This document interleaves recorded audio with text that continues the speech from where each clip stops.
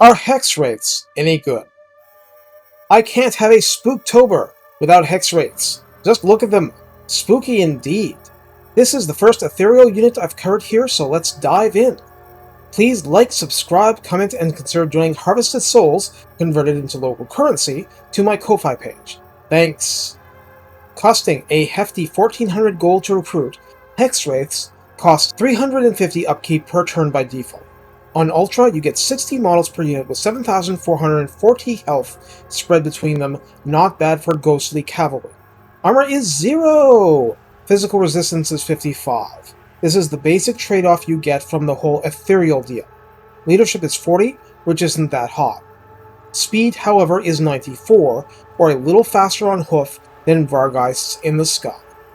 Melee attack is 26 by default with magical attack and inflicting frostbite for a 30% speed debuff, much like the Frostheart Phoenix. Attack interval is 4.6, very cavalry of them, with no splash damage whatsoever. Melee defense is 25, which isn't all that great, but hey, cavalry. Weapon strength is 42, divided... Actually, no it's not! It has 0 base damage per model and 42 armor piercing. Every single digit of damage gets through. Since this is magical attack, only ward save will reduce it. Charge bonus is 34, which isn't anywhere near as high as some stuff, but it's not chopped liver either. Mass is 750, I suppose because they're not all there. This undead unit inflicts both fear and terror and is a vanguard deployment unit as well as a strider unit, so terrain penalties? They don't care. They can ride into your face in the manner of light cavalry, but light cavalry doesn't usually have that much HP. In the Lord Redline skills, Evil Souls grants a maximum of +8 melee attack and 15% spell resistance. I say spell because that's exactly what it is.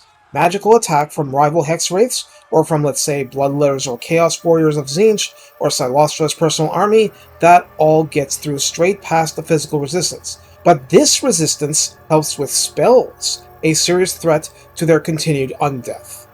Dread Knights gives rank 7 and above Hexwraiths plus 12% weapon strength, plus 12 flat charge bonus, and 8% ward save, meaning 8% damage reduction even against magical attack, and that much more damage reduction against standard physical attacks. Obviously this is a great thing.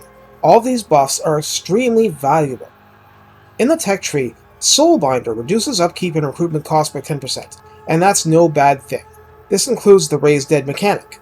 Nightmarish Reaping grants plus 4 melee attack and a whopping terrifying plus 15% weapon strength. Finally, Spirit Shackles grants 500 barrier hit points. Yes, like Tzeentch units, and doubles the battle healing cap. This enormously enhances their potential for hit and run attacks. Remember, 94 speed. In fact, that's exactly what I needed for the next section. How do you use Hexwraiths? Well, hit and run is ideal. Usually, charge bonus just cranks up your 2-hit chance and splits damage along the ratio under weapon strength, but here, there is no ratio. Charge bonus 34 means 34 added to armor piercing damage. If the hit connects, that's going to hurt. That's 76 damage without any of the buffs. Plus 12 flat charge bonus means charge bonus 46, which means 88 damage on a charge that connects. Add the rank 7 and above red line boost and the plus 15% to weapon strength in the tech tree, and all of a sudden your quote-unquote light cavalry is hitting like rat ogres or something, just without the awesome leaps and the splash damage. Well, that's why they cost 350 upkeep. The point being, this is what you get in addition to the simple fact of being ethereal, which means that against opponents not equipped with spells or magical weapons, they can take attacks for half the night and not care. Well, they'll care eventually, but it'll be a slow and brutal process. Is that the best way to use them? At 26 melee attack? No!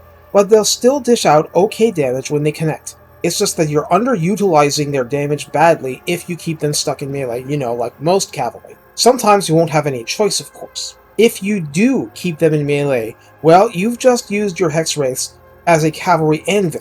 You'd better have a hammer available. I don't really care what it is, you just need one. Ideally, your hammer is not something magical that will annihilate your own Hexwraiths, but you've got to do what you've got to do. Just keep in mind that this is a terror-inflicting unit, and a rapid arrival in the midst of a grueling melee can push units over the edge and break them. The bottom line is that Hexwraiths cannot control what the enemy brings to the table unless you're, say, punching down on a minor settlement garrison in the open field. You are rolling the dice that you will get the situation you want.